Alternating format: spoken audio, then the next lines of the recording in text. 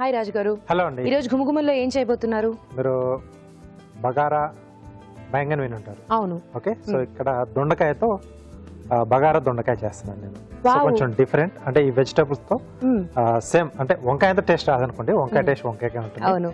But అంటే దొండకాయ combination ఏంటంటే కొంచెం టేస్ట్ గా వస్తుంది. సో ఆ ముక్కలు కూడా మనకు అంటే బాగా తినేటప్పుడు అంటే సేమ్ గుత్తులుగానే కట్ చేసి చేస్తాం. సో చాలా టేస్ట్ గా కూడా వస్తుంది. ఓకే, సో మరి బగారా దొండకాయ ఎలా తయారు చేసుకోవాలో చూడబోయే ముందు కావాల్సిన పదార్థాలు చూసేద్దాం. బగారా దొండకాయ తయారు చేసుకోవడానికి కావాల్సిన పదార్థాలు: ఉడికించిన దొండకాయలు పావు కిలో, పోపు దినుసులు 1 టీ స్పూన్, ఉల్లి విత్తనాలు 1/2 టీ స్పూన్, తరిగిన ఉల్లిపాయ 1, తరిగిన పచ్చిమిరపకాయలు 2, అల్లం వెల్లుల్లి పేస్ట్ 1 టీ స్పూన్, ఉప్పు తగినంత, కారం తగినంత, పసుపు చిటికెడు, చింతపండు గుజ్జు తగినంత, కొబ్బరి పేస్ట్ 1/2 కప్పు, నువ్వుల పల్లీల పేస్ట్ 1/2 కప్పు, ధనియాల పొడి 1 teaspoon, garam masala 1 teaspoon, కొత్తిమీర కొద్దిగా, నూనె 3 టేబుల్ స్పూన్లు, కరివేపాకు 2 రెమ్మలు. కావాల్సిన పదార్థాలు చూసాం కదా, స్టార్ట్ చేసేద్దాం. రాజు గారు రెడీయా? ఓకే. సో దొండకాయలు ముందైతే మనం అలా గుత్తులుగా కట్ చేసేసి ఉడికించి పెట్టేస్తాం. సో ఇలా ఉడికించి పెట్టేసుకుంటే ఏంటంటే మనకి ఇది చాలా ఎక్కువ టైం తీసుకుంటుంది ఉడకడానికి. అలా గుత్తులో కట్ చేయడం వల్ల లోపల వరకు కూడా మనకు మసాలా బాగా వెళ్ళిపోయి టేస్టీగా ఉంటుంది. సో ఆయిల్ ఇస్తారా? ఫ్రీడమ్ రిఫైన్డ్ సన్ఫ్లవర్ ఆయిల్ అండి. సో తక్కువ నూనెతో ఎక్కువ వంటలు చేసుకోవచ్చు, చాలా లైట్గా ఉంటుంది, అలాగే డీప్ ఫ్రై లాంటి వాటికి చాలా తక్కువగా అబ్జర్వ్ చేస్తుంది. ఓకే, స్టవ్ ఆన్ చేసేసుకుని ముందుగా పోపు పెట్టుకోవాలి. ఓకే, ఈ డిష్ లో కొంచెం ఆయిల్ ఎక్కువగానే పడుతుందండి. సో ముందుగా పోపు దినుసులు, సో జీలకర్ర, ఆవాలు, కలోంజి, ఉల్లి విత్తనాలు. ఓకే, సో దీంతో మెయిన్ ఆ టేస్ట్ అనేది వస్తుంది మనకు. ఇది కొంచెం బాగా వేగితేనే, అంటే ఆ కలోంజి అనేది మనకు మంచిగా వేగాలి, లేకపోతే కొంచెం చేదు అనేది తగులుతూ ఉంటుంది. సో బాగా వేగి ఆ చిటపటలు ఆడితే సరిపోతుంది. సో కావాల్సిన కొన్ని మెంతులు కూడా యాడ్ చేసుకోవచ్చు. సో ఇవి వేగుతున్నప్పుడే ఉల్లిపాయలు, పచ్చిమిరపకాయలు.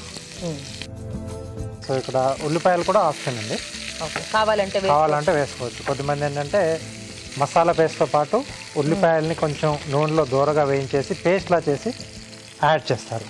అలా అయినా యాడ్ చేసుకోవచ్చు. సో ఇక్కడ కొంచెం మనకు ఉల్లిపాయ వేగాలి. సో ఇక్కడ మనం బ్రౌన్ ఆనియన్ వేయట్లేదు కాబట్టి ఈ ఆనియనే కొంచెం బ్రౌన్ కలర్ వచ్చేంత వరకు కొద్దిగా వేయించుకుంటే బెటర్, ఫాస్ట్గా రావడానికి. కొద్దిగా ఉప్పు.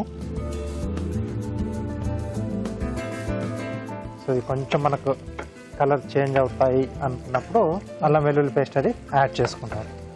సో మెయిన్గా ఈ బగారా ఈ మసాలా కాంబినేషన్ ఏంటంటే వంకాయతో చేస్తాం, బజ్జి మిర్చితో చేసుకుంటాం, అలాగే టమాటోతో. సో రెగ్యులర్గా ఈ మూడిటితోనే చేసుకుంటుంటారు ఎక్కువగా. సో ఇక్కడ నేను ఈరోజు కొంచెం వెరైటీగా దొండకాయతో చేస్తున్నాను. సో ఈ వెజిటబుల్ కూడా బాగుంటుంది, సూటబుల్ గానే ఉంటుంది ఈ మసాలా కాంబినేషన్ కి. సో మీరు అన్నట్టు మనకి వంకాయతో రెగ్యులర్ గా చేసుకుని కొంచెం బోర్ కొట్టింది అనుకున్నప్పుడు దొండకాయతో ట్రై చేసుకోవచ్చు అప్పుడప్పుడు. ఓకే, సో ఇది కొంచెం లైట్ గా కలర్ చేంజ్ అవుతుంది మనకు. అల్లం వెల్లుల్లి పేస్ట్. సో దీంట్లోనే కరివేపాకు. ఓకే, సో ఇలాంటి డిష్లు చేసుకున్నప్పుడు అల్లం వెల్లుల్లి పేస్ట్ కొంచెం ఫ్రెష్గా వేసుకుంటే బాగుంటుంది. అప్పుడే ఇన్స్టెంట్గా చేసుకుంటే బాగుంటుంది, టేస్ట్ అనేది బాగా తెలుస్తుంది. ఇప్పుడు దీంట్లో ఉప్పు, కారం. ఓకే, దీంట్లో పులుపు వేస్తాం కాబట్టి కొంచెం కారం కొంచెం ఎక్కువగానే వేసుకుంటే బాగుంటుంది. పసుపు, కొబ్బరి పేస్ట్, ఎండు కొబ్బరి పేస్ట్ కొంచెం దూరగా వేయించేసి పేస్ట్ చేసుకున్నాం. అలాగే పల్లీలు, నువ్వులు ఈ రెండు కూడా వేయించేసి పేస్ట్ చేసుకున్నాం. సో మనకి ఈ బగారాలో మేజర్ గా ఈ పేస్ట్లు అన్ని ఖచ్చితంగా ఉండాల్సిందే. వీటితోనే మనకు ఆ టేస్ట్ అనేది వస్తుంది. కొంచెం ఈ పేస్ట్ అంతా కూడా కాస్త పచ్చివాసన పోయేదాకా వేయించుకోవాలి. సో అప్పుడు కొంచెం చింతపండు యాడ్ చేస్తాం. ముందే చింతపండు యాడ్ చేసిందంటే మనకు కొంచెం లూజ్గా అయిపోయి సో పైన అంతా మనకి పడుతూ ఉంటుంది, బుడగలుగా వచ్చేసి పైన పడి మనకి ఆ సర్ఫేస్ అంతా కూడా కొంచెం పాడయ్యే ఛాన్స్ ఉంది. కాబట్టి ముందు ఈ మసాలా వేయించేసుకొని ఆ తర్వాత చింతపండు వేసుకుంటే బెటర్గా ఉంటుంది చేసే వాళ్ళకు కూడా. సో కొంచెం ఇది మనకు మగ్గాలి. సో కాస్త ఇది మగ్గుతూ ఉంటుంది. ఆలోపు ఒక చిట్కా చూసేద్దాం.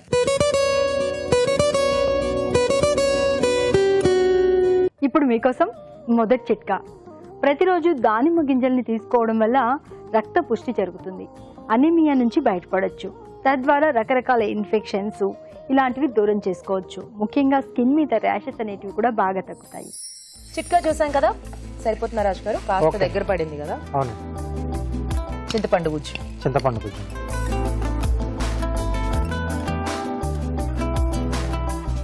సో పులుపు అనేది సరిపడా చూసి వేసుకోవాలి.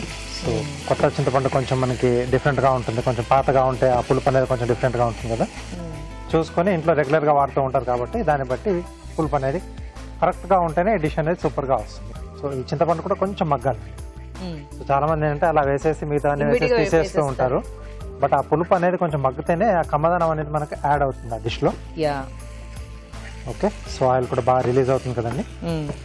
సో ఈ స్టేజ్లో దొండకాయ ముక్కలు మనం ముందుగా ఉడికించి పెట్టేసుకున్న దొండకాయలు, కొద్దిగా ధనియాల పొడి, కొద్దిగా గరం మసాలా. సో దీనికి ఏంటంటే కాంబినేషన్ మనకి ఏదైనా పులావ్ ఉంటే బాగుంటుంది. యా. సో ప్లెయిన్ రైస్ కంటే కూడా టేస్టీగా అనిపించాలనుకుంటే పులావ్. పలావ్, సో అలాగే జీరా ఇది, రైస్ ఇలాంటి వాటికి కూడా కొంచెం స్పైసీగా మసాలా టైప్ ఏదైనా రైస్ ఉంటే దానికి బాగా సెట్ అవుతుంది. సో మెయిన్గా ఏంటంటే ఇది చపాతీతో కూడా చాలా సూపర్గా ఉంది. అవును. చపాతీ కానీ పూరి కానీ. కొద్దిగా వాటర్ ఇస్తారా?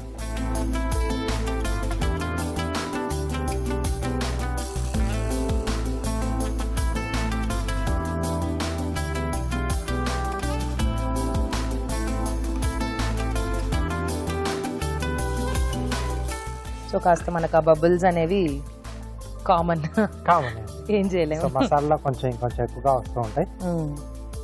సో ఇదేంటంటే మనం దాంట్లో నువ్వులు పల్లీలు పేస్ట్ వేసాం కదా, మరి దగ్గరగా ఉన్నప్పుడు మనం తీసేస్తే అది కొంచెం ఇంకా దగ్గర. చల్లారితే అది ఇంకా కొంచెం గట్టిపడుతుంది. కాబట్టి లిటిల్ బిట్ కొంచెం ఇలా వాటర్ యాడ్ చేసేసుకొని దాన్ని కాసేపు సిమ్ లో పెట్టేసుకుంటే ఇలా ఆయిల్ అనేది బయటకు వచ్చేస్తుంది ఆటోమేటిక్ గా మనకి. ఓకే. సో మనకు అలా ఆయిల్ రిలీజ్ అయిందంటే రెడీ. అదే డిష్ రెడీ అయినట్టు మనకు అది ఇండికేషన్. ఫైనల్ గా కొత్తిమీర. కొత్తిమీర,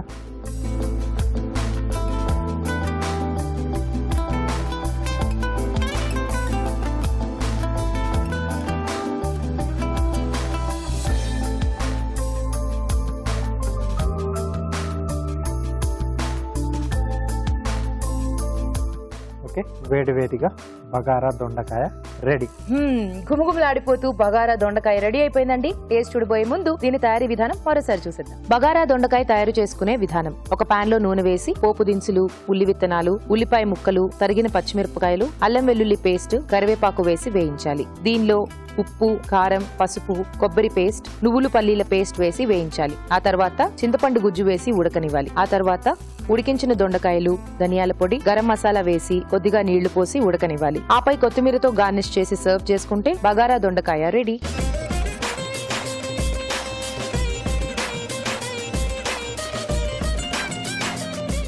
బగారా దొండకాయ ఎలా ఉందో టేస్ట్ చూసి చెప్తానండి.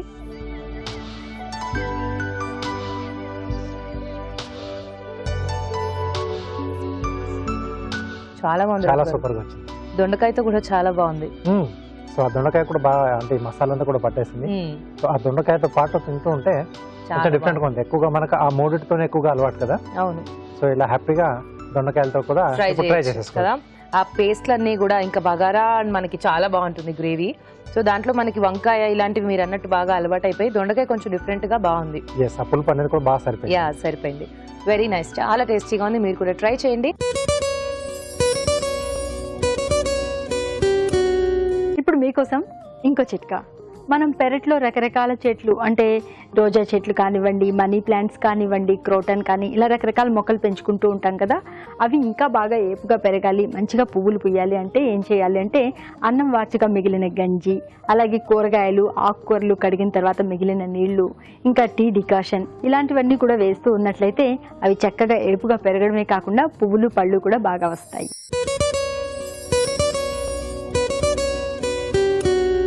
ఇప్పుడు మీకోసం ఎంటీఆర్ మసాలా వారి చిట్కా. ఫ్రైలు, డీప్ ఫ్రైలు చేసుకున్నప్పుడు దానికి కాస్త నిమ్మరసం కూడా పిండుకున్నట్లయితే టేస్ట్ మరింతగా బాగుంటుంది. కానీ స్టవ్ ఆఫ్ చేసిన తర్వాత కూర కాస్త చల్లారిన తర్వాత నిమ్మరసం పిండుకోవాలి. ఎందుకంటే ముందే పిండామనుకోండి కూర చేదైపోతుంది.